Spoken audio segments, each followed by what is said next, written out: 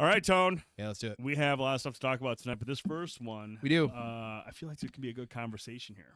Let's start talking about the first 2 episodes of Star Wars: The Acolyte, the latest Star Wars show to drop on Disney Plus. The first 2 episodes are available now. Right now. And Tone, I'm gonna tell you, man. Yeah. Preface this by saying when we first saw the trailer for this, and even the marketing for it with the poster, I mean, it had this. We thought it was going to be kind of like this darker, more violent take on some of these Jedis or the Siths or whatever's involved in this. Mm-hmm. You know, we're only 2 episodes in, so we don't have a lot of the information yet. But I mean, having seen those trailers and that artwork, I was just like, cool, man. Like Andor was again one of those more darker, gritty Star Wars stories. I'm thinking, okay, we're kind of getting back into that with this, and I was like, okay, we'll see. We'll see what this is about. I had semi-high expectations. I know you were kind of more cautiously optimistic, so to speak. Typically these days. Which you kind of have to be with Star Wars. But this series takes viewers into a galaxy of shadowy secrets and emerging dark side powers in the final days of the High Republic era, an era that you've always been quite fond of. It's a newer area that we're exploring that just didn't have a lot, and this takes place 132 years BBY, which is before the Battle of Yavin for all you extra nerds out there. So even past the That's sequel, the fucking nerdiest thing I've ever heard. 132 years BBY. That's how timelines in Star Wars work off BBY, which is the Battle of Yavin from the original Star Wars: A New Hope. So, so technically, fucking before nerds. Episode 3, I would say it's more right around 110 years. But I digress. So, yeah, it's definitely an area that they've been exploring in books and some other media. We got some of that in the Last Jedi game, which is really cool. That came out, Jedi Fallen or Jedi Survivor. As well too, and they've been working some little things here and there as well too. But continue. This is created by Leslie Headland, and it's starring Amandla Stenberg, who she plays Osha and May. Lee Young Jae played Master Saul, he of Squid Games fame. Charlie Barnett, Daphne Keene, and Carrie Ann Moss, which I think is a fucking. God damn it. That was some bullshit. Yeah. But Tony, I'm just gonna quick hit on my points. And like we've discussed this several times before, and we made it very clear. We are 2 different Star Wars fans. Tone is deeply ingrained in the lore. He's seen a lot of the shows. He's seen a lot of the movies, the cartoons. He's read several of the books. He is well versed on Star Wars. I'm more of the fucking I'm here for the good time. I mean, I've seen the movies. I've seen several of the Disney Plus shows.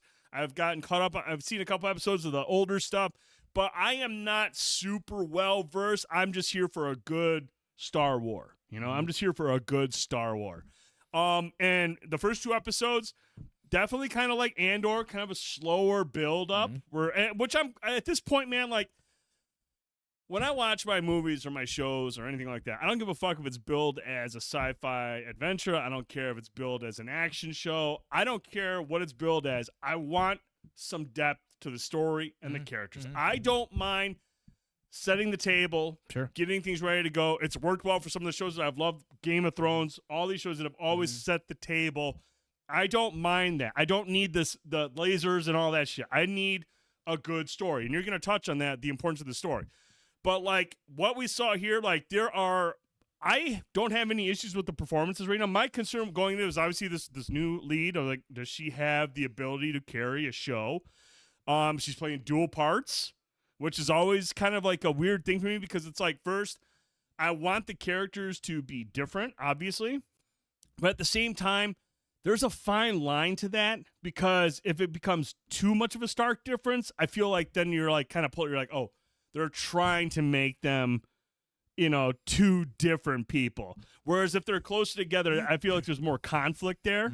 And so I think she does a decent job with the role that she's been given so far. Lee Young Jae, who plays Master Saul, I think he's fucking great. He's the definitely I think he's been the best role so far in terms of performance and material. He's awesome. I was telling you guys earlier, when you close your eyes and you listen to him talk, I keep thinking, is that Ken Watanabe? I can kind of see that. They do have a similar sound. They have that, they're just the way they pronounce it. It's just like he sounds so fucking similar. It's not even. It's just the voice, the pitch, everything just sounds like eerily the same. But like so far, everyone's been pretty good. Like again, The story is just kind of setting the table. There are some goofy scenes. There was one scene I did not like at all. I think it was in the second episode after May had done something and she was visiting with the person that supplied her with the poison. And, like, the Jedi are supposed to be watching them. And all they do is hide around the corner, and the two Jedi people are watching, like, oh, they're gone. And they just run away, and they're able to escape the planet. I was just like, okay, that kind of shit pisses me off. Like, just like, okay, that's really stupid. That kind of makes me think, I can't take this show seriously. When things like that happen, it's just like, okay, I get you got to get them off the planet, but at the same time, do it in a way that makes sense. There's a few head scratchers in there, too, because if the Jedi can walk up and get people to tell the truth, why wouldn't he just do that in the first place? I've always wondered why the Jedi just don't fucking do...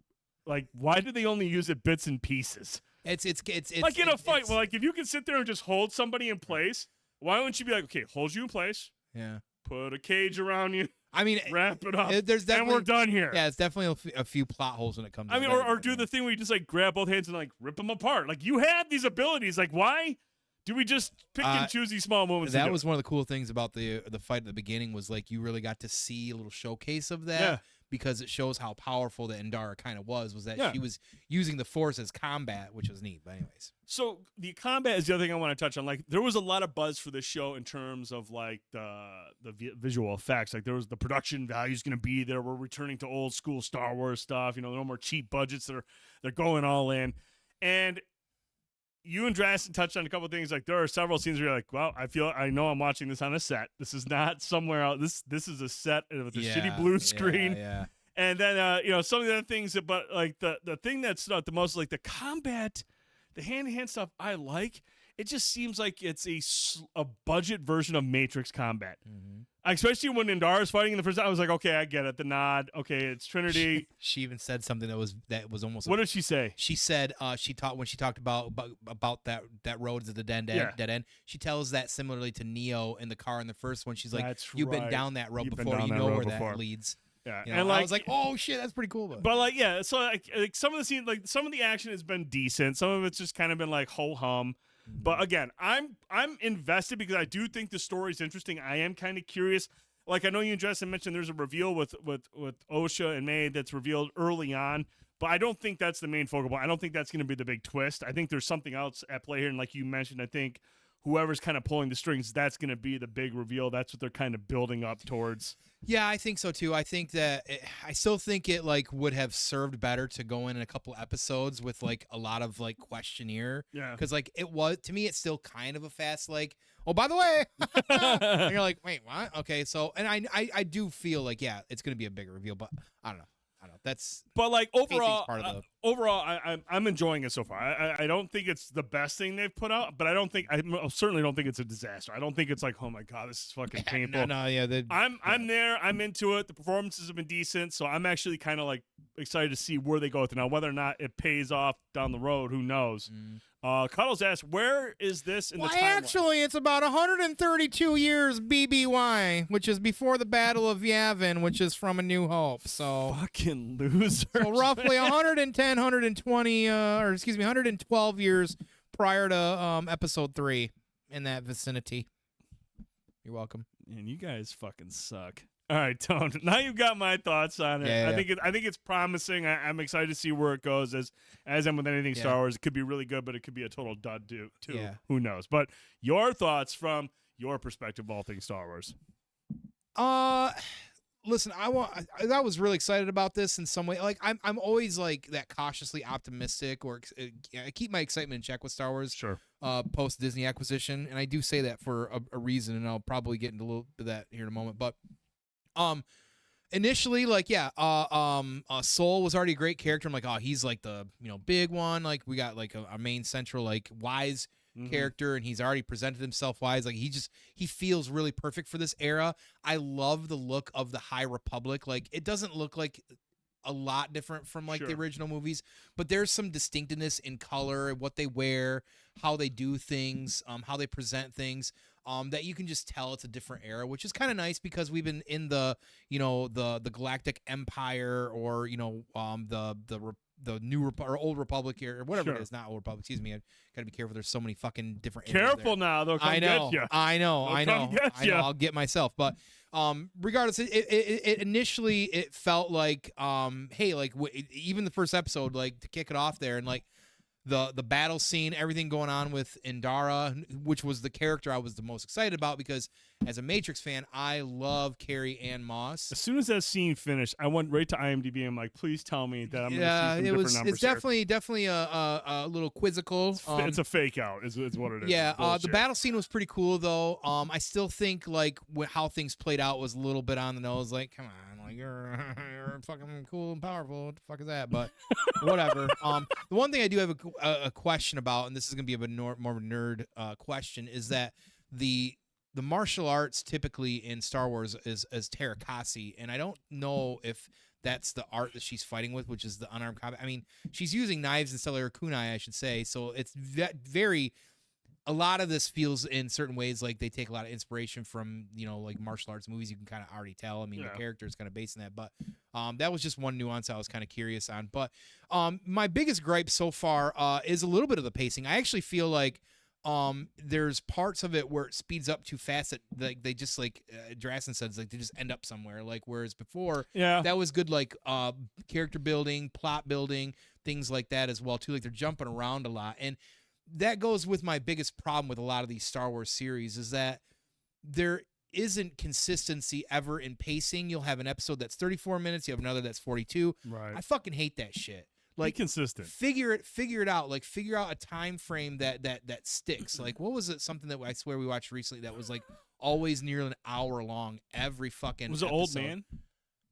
I mean, that might have been something like that. Something more recent. I can't remember offhand, but I appreciate that when series go like nearly a full hour. Yeah. Maybe it was like Reach or something that I watched. I don't know. Anyways, there are series out there that do a good job of that. This, like, we talk about pacing, and like this is probably. Do we know how many episodes? Is it 6, 7, 8? I don't really remember. Okay, continue. I don't recall, but like that's a problem because then basically it ends up being just a long movie, which is great about series because you can get more. But if you're fucking not using your time positively, then it just feels like the pacing's always off. But, oh, man, we got to get through all this crazy fucking story because it's a 36-minute long episode, or this one's 42, so we can draw it out again. So you can kind of feel that give and that take, and it's kind of annoying to me. And again, this is a Star Wars series thing specifically that I've noticed with these all across the board. It's like, then just, you know what, make it 6 episodes and have them all be 55 minutes. Sure. I mean, that sounds great to me. Cut it off differently. I don't know. Like, you can probably figure that out. But anyway, so as far as the story's going thus far, like,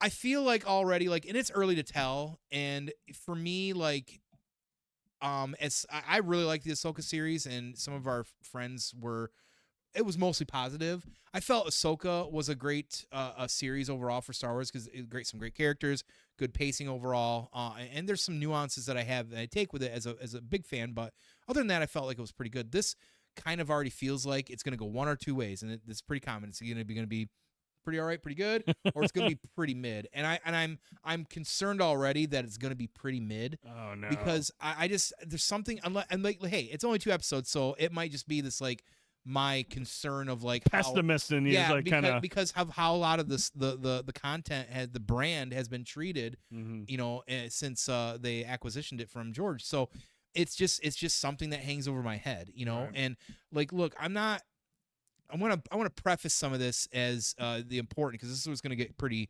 serious about this conversation about just the series in general. Now, prior to this coming out, there's been a lot of like back and forth rap. There's really 2 different sides for the most part on people that want a certain way of Star Wars and people, it's almost like I don't want to say necessarily gatekeepy, but like it's a mix of people who feel like Star Wars doesn't need a lot of change, and what makes it good is there's a good mix and balance of things that you like, some member berries, but keeping the feel of Star Wars, which is important. There's another group that there's really probably 2 or 3, and I'm trying to like get this all right, but there's another group that really wants to like move it forward, get it more like modernized, in a lot of different ways, whether socially, politically, whatever, right? And I'm fine on a lot of all of that. Like, this is what makes it unique, I think, with me and Drasten is Drass and I think about the same way when it comes to Star Wars. We really don't fit into predominantly any of these camps. We kind of ride the line in the middle because we were two of the few that when Disney bought it, we were kind of excited. We're like, yeah, we love the old EU canon. Hopefully, this means everything will be under one banner: comics, cartoons, movies, series, and it all is together and cohesive. Whereas in the past, it wasn't. So you'd get mixed up and it was muddy or whatever, blah, blah, blah. And then George Lucas wouldn't recognize those books anyway. So it didn't matter. So, so we were hoping that they would do that and then look at the old material and say, hey, we'll go through this. We'll keep this. We'll keep this. We'll keep this. They definitely didn't. They scrapped it and said, this is shit. If they rewrite it, which a lot of that comes on Filoni, he recanonizes stuff by bringing characters back or things back that he likes as a nerd as well too, which is great. But the problem has been since they've had it is that it's never been that great consistent. Like Filoni will retcon shit that was in a book that might have come out 2 months ago, and all of a sudden that doesn't matter. So it's already kind of back and forth and muddy in the water. But the point I'm trying to make is that when a lot of this stuff comes out, when people say, I don't like this take on this or where these characters are going or this message or whatever it is, whether it's trying to be more existential, like there's value in some of that, but some people really don't want that. And I can understand that. We have Rohit on here all the time, and he talks about consistently about the brand being the story being most important, what you should talk about. Well, the problem was prior to this coming out, a lot of those conversations weren't about being excited about Star Wars and where the story's going and what we're doing. It was more of like, almost kind of like, I don't want to say triggering, but like trying to get a certain group of people who want to still like Star Wars, but they're starting to feel like distant from them, trying to get them worked up in a way because they want that. And to a degree, I think that's important. Like, one of the things I'll say about this series that I initially, as I'm watching it, which was good, was that it felt very diverse. And I'm here for it. Like, I love the inclusivity. I love the diversity. It's great, especially when you got a galaxy that big and it's not about young kids crying all the time about their daddy cutting their hand off and doing all this stuff. Like, I love a lot of the other products like Andor because it's not about Jedi. Well, now we're back to some Jedi and stuff. And I like seeing like a good mix of like races and aliens and different stuff. I think that's great. That does feel like Star Wars in a way to me, or what I think it should be. But I think there's an issue out there with some folks that just feel like that's more important than creating a great story, brand, product, however you want to say it. And I kind of can understand where they're coming from on that too, because Kathleen Kennedy has recently said some things. There's been some double downing on some of that stuff, and it's puzzling to me because as somebody who's pretty objective and fine on those sort of things, I also care about how the story is going to be first. I care about, is it going to keep everybody happy? Because guess what? There was a time we didn't get any Star Wars. So what is quizzical to me is like how they seem like they want to upset some people or maybe have them turn and walk away so they can bring in new people. But it's like, listen, a lot of these people kept this going in the times where there wasn't content, excited for more and new, and like you have to do a good job of balancing both. Like you have to. When we talk about Square Enix on here all the time about Final Fantasies, they don't do that very well either. They sometimes on some of their products they do a terrible job of balancing the two. You should appease to everybody because these new people are great, but are they going to be the ones carrying the flag for you forever forward, that product, and keep it great? Or the people that have been doing it 40 years that love the product and handed it down to their grandchildren now, are those the ones you should also be appeasing to? Or some form of good mix. I think there needs to be, literally, as goofy as it is, a balance to that. And I don't feel like we always get that. Now, don't get me wrong. There is a group of people that are absolutely awful. Star Wars fans are in the top 3 to me of like the most toxic fandom out there. Wrestling will always be number 1 at this point for me. Star Wars is probably number 2 at this point. There's some awful people out there. And don't get me wrong.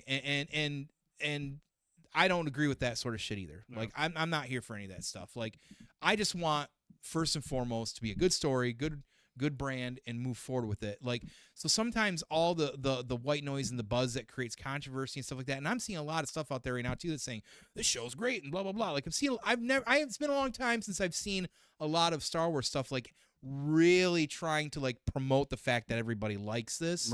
Because it almost starts triggering you off saying like, are we doing this on purpose? Yeah. Like, is that real, or are you trying to create that to be real? And I think the problem is, dude, is like I think that part of it comes to the forefront when the stories are messy, when the stories aren't like well developed. Because I mean, when the story's not well done, when the story's it's not a well told story, you look for other things that why isn't there a good story here? Oh, well, maybe they focus was on this, and then you get that toxic ass group going, oh, well, that's fucking why they need to stop doing that. It's not because of who they cast. It's not because of who's playing a role. It's because your stories are fucking shit. They make no sense, mechanically speaking, and they're just kind of a mess. Like you just undercooked, underdeveloped. I guarantee you, if they could be more consistent with their storytelling across the board and try to get everything on the same page, nobody would give a fuck who's starring in what role and what the character's ethnicity or sex is. They won't give a shit. Right. But your story is trash, so they need something to bitch about. And I'm not saying that everybody does that, but on one side of it, like if you were to say, like if I was to say at the end of the day, man, I didn't like this show, I didn't think the story was good, there are people out there on the other side that do the same shit that'd be like, oh, well, you don't like the progressiveness of it, you don't like the inclusivity, you don't like. No, it's not about that. It's just the story's not like, it's not good. It doesn't feel like Star Wars, and that's, I think, part of the problem for some people is that there's a lot of us out there that really, like I said, ride the line on both sides of it. I want to see like all this stuff. I'm very all inclusive and all that stuff. I want to see, representation. But if we're getting into interviews and we're leading with that prior to, hey, we've created a really great Star Wars story, we're moving this, we're doing that, and then, oh, by the way, this is what's great and exciting too, this as well, which is, it's awesome, but like it almost feels disingenuous at that point. Right. And Rohit, who is a fella that he calls himself a fella of color, he's got an issue with it because he feels like it's pandering to him. Then you almost kind of got to wonder, like, is there really an answer to it? I don't know. But see, that falls back to the fact that, like, the story isn't good enough. I mean, he when the story's not there and it's not memorable and it doesn't tie anything together and it doesn't make any sense, then you can't help but wonder, are they spending more time on that to please me or whatever, and not enough on the story? They're trying to shoehorn this shit in here, and it's not allowing them to tell them, dude, make the good story and don't worry about it. Just cast the people that you want to cast in those roles. No one's going to get mad. If the story's good, everything else is going to work out. Yeah. It's just, like I said, like, because there is a large group of Star Wars fans, and again, I'm not in that camp, that are sick of inclusivity or whatever it is. It is odd, but there's a very toxic group of those people.